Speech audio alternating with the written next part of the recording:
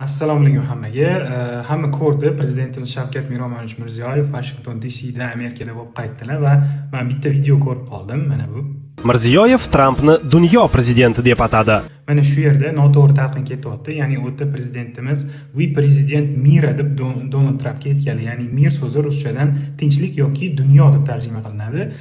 Bu yerda bo'lsa prezidentimiz Donald Trampga siz tinchlik prezidentsiz deb aytmoqchi bo'lganlar. Chunki u gaplarni ketidan siz 8 ta urushni to'xtatdingiz va Rossiya bilan Ukraina o'rtasidagi muammolarga ham siz yechim topa olasiz degan gaplar ketgan. Shuning uchun bu yerda siz tinchlik prezidentsiz deb aytilgan. U tigi tarjimonlar ham, ya'ni inglizchaga tarjima qilib olganlar ham menimcha President of the World deb aytib olgan. Shuning uchun noto'g'ri talqin ketyapti.